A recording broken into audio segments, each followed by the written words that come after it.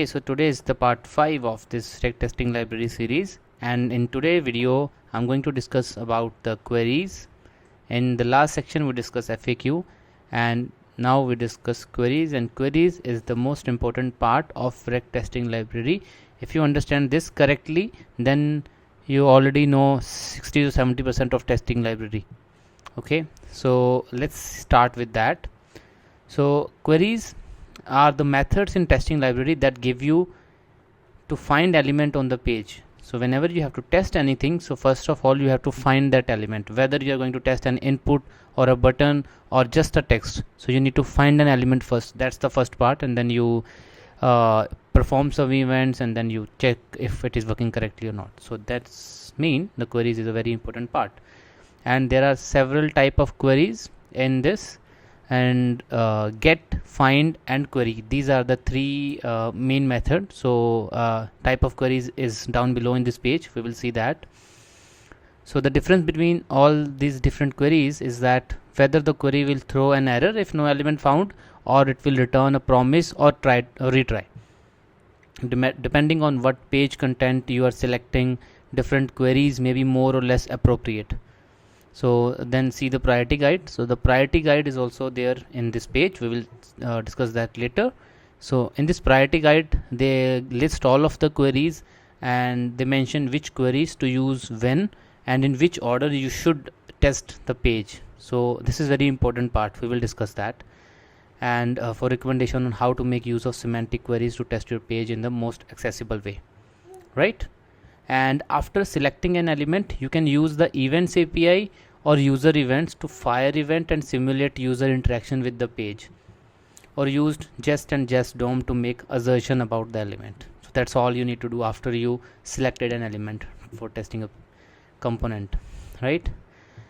These are the testing library helper method that work with queries as element appear and disappear in response to actions. Async APIs like wait for or findBy queries can be used to await the changes in the DOM. So for example, you have a button, you click on the button, then it make an API call, and then it will change something on the page, and the change is not synchronous, it is asynchronous. So you have to wait for some time. So for that they give you utilities queries as well. For example, wait for, so it will wait for the action to perform, and then it will try to assert that. Okay, and then there is another, to find only elements that are children of a specific element, and that is within, right? So you select one, and then you want to search only within the children of that selector. So in that case you use within. If necessary, there are also a few options you can configure, like the timeout for retries and the default test ID attribute. Okay, and they have given an example, let's go through that.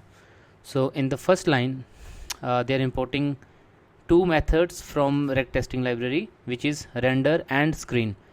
And the render method is used to render your component, and then the screen method is basically give you the DOM nodes, which is produced after rendering your component, for example div or images or whatever, and you use the queries against screen to fetching to selecting that elements. So as we can see below, so this test is rendering a login component, and that's all. You don't need to save it in a variable, so it just rendered it, and after that you query everything on screen. So screen, then getBy, so get is the query type, and then you are searching for a label text which is username.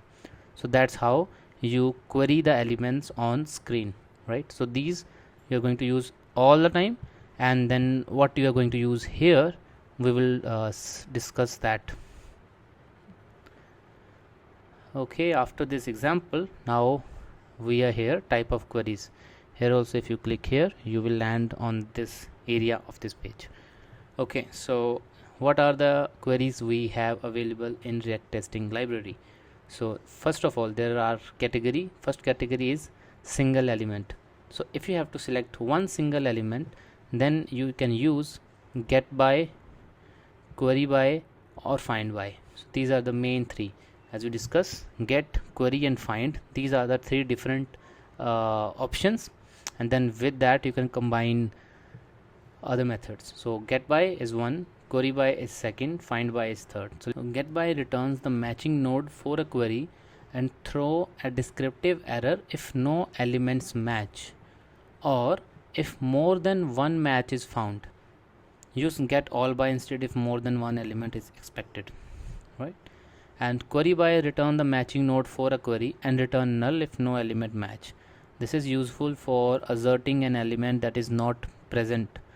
Throws an error if more than one match is found. Use queryAllBy instead.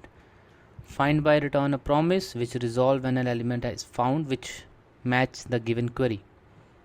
The promise is rejected if no element is found, or if more than one element is found after a default timeout of 1000 millisecond, which you can configure here, right? And then you have multiple elements. So these are no different from above three. So only difference is you got all prefix in the middle.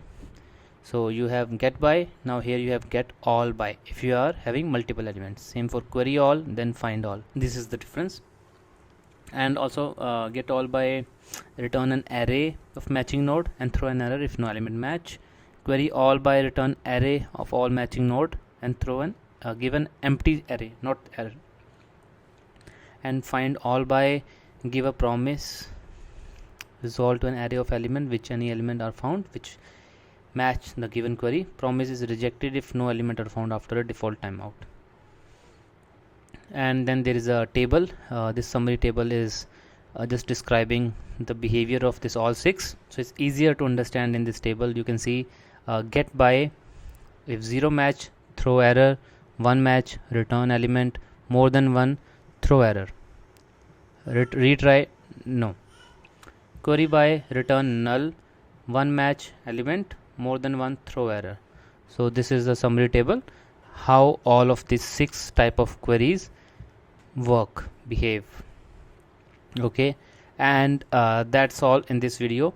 And in the next part of it, because this is a very long page and they have given examples of everything as well, so this is all for this one. And then I will discuss the priority list, and then we go by all of these queries one by one to understand them with the example.